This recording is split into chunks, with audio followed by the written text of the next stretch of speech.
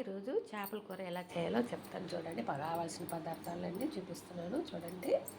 కొన్ని చేపలండి, దాన్ని చింతపండు రసం అండి. ఇదిగోండి స్టవ్ వెలిగించి దగ్గర పెట్టి చేపల కూర గిన్నె అండి ఇది.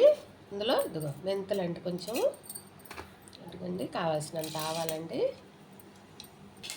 చూడండి చింతపండు, చేపలు, ఆవాలు, మెంతులు, పసుపు, కారము, టమాటా ఎర్రగడ్డ అండి, సాల్ట్ అండి తగినంత సాల్ట్. ఇదిగోండి ఉల్లిపాయలు వేసాను, ఇదిగోండి కొద్దిగా సాల్ట్ వేస్తాను, కొద్దిగా పసుపు కూడా వేసుకుందాం అందులో, త్వరగా ఎగిపోద్ది. ఇదిగోండి ఇది సందా చేప అండి, సందా చేప అంటారు.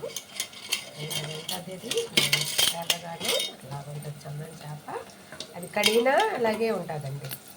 ఇదిగోండి కరివేపాకు కూడా ఇదిగోండి టమాటాలు వేసుకుందాం. ఉల్లిపాయలు వేగిపోయి టమాటాల్లోనే కొంచెం మళ్ళీ పసుపు వేస్తామండి కొంచెం. ఇదిగోండి వెల్లుల్లిపాయ అండి వేసాను, అది తిప్పుకోవాలి బాగా వాడిపోయి వచ్చేసింది. ఇప్పుడు కారం వేసుకొని చింతపండు పోసేసి, టమాటా వాడింది, ఇప్పుడు కారం వేసేసి, ఇది కారం తగినంత కారం,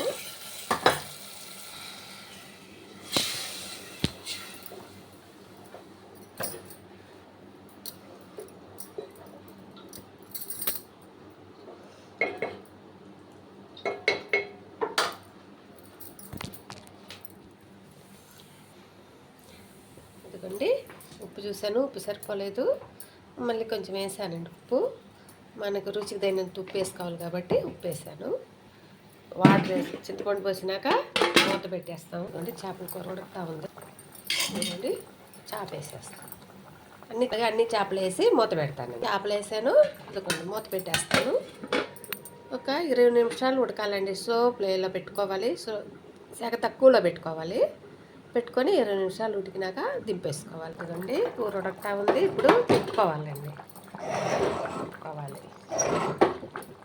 తిప్పుకుంటే అడుగు పట్టదండి చేప, మాడుకుంటా వస్తుంది.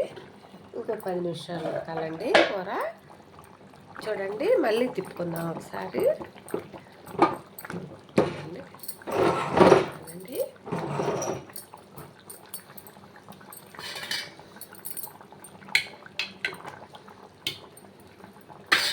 చూడండి తిప్పుకుందాము బాగా, మళ్ళీ మూత పెడదామండి. ఒక 5 నిమిషాలు ఉడకాల. ఇదిగోండి మళ్ళీ ఒకసారి తిప్పుకోవాలి కూర. చేపల కూర తిప్పుకుంటా పెట్టుకోవాలండి, అడుగు అంటుకుంటుంది. ఎందుకంటే ఎక్కువ నీళ్ళు వేయం కాబట్టి ఇంకొంచెం ఉడకాలండి. ఒక 5 నిమిషాలు ఉడకాలి. ఇదిగోండి కూర కిందండి, కొత్తిమీర కరివేపాకు చల్లేసుకుంటాను. ఇదిగోండి చేపల కూర అయిందండి, స్టవ్ కట్టేస్తాను. ఇదిగోండి నేను చేసిన చేపల కూర. నేను చేసిన వీడియో నచ్చితే లైక్ కొట్టండి, సబ్స్క్రైబ్ చేయండి, షేర్ చేయండి. నమస్తే అండి.